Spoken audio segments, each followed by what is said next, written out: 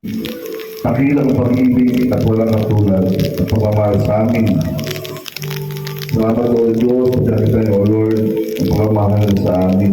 Nawa Lord, ang pag-ibig nito ay ang bawat niya sa amin. Sa aming Panginoon ay magbubuklod sa magitan ng iyong pagmamahal, sa pagkitiwala at pag-analig sa iyo. At ang Panginoon ay magkakaisa.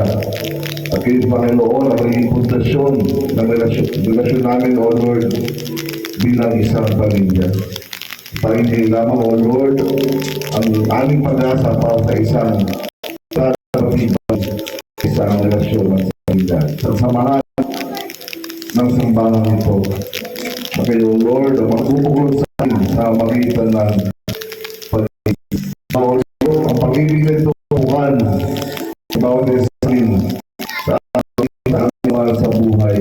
Muli sa mga tao na nakailangan ng pag-ibig, Panginoon ay may pagkakamit ng buhay para maranasan ka na, O Lord, ang pag-ibig na ito na hindi naranasan. At pakita rin na, O Lord, ang pag-ibig mo at sila sa Panginoon ay magkaroon ng pag-aasa at ng buhay na walang hanggan.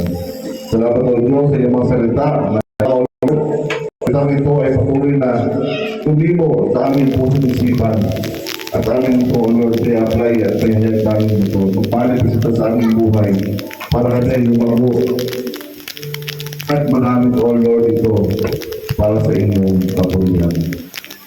So, Lord, alahin, O Lord, mga kapatid sa mga prayer request, Lord. Tihani, O Lord, bigyan mo na isang bukas. Amin na lang, O Diyos, sa bigyan mo palang pagkainuan. At siya po, Panginoon, sa Lord, umaayos ang kanilang exam. At siya po, Panginoon, ay makuha, O Lord, sa mga dapat. Alam po, Panginoon, kasi yun na ang lahat ng mga bahay mo. Isang bagay na magiging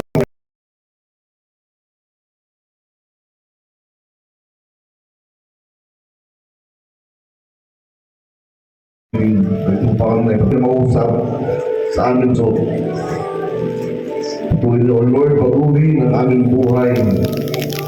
Malalasan namin, O Lord, kayo at pakita kayo, O Lord, sa aming buhay ng mga ibang tao.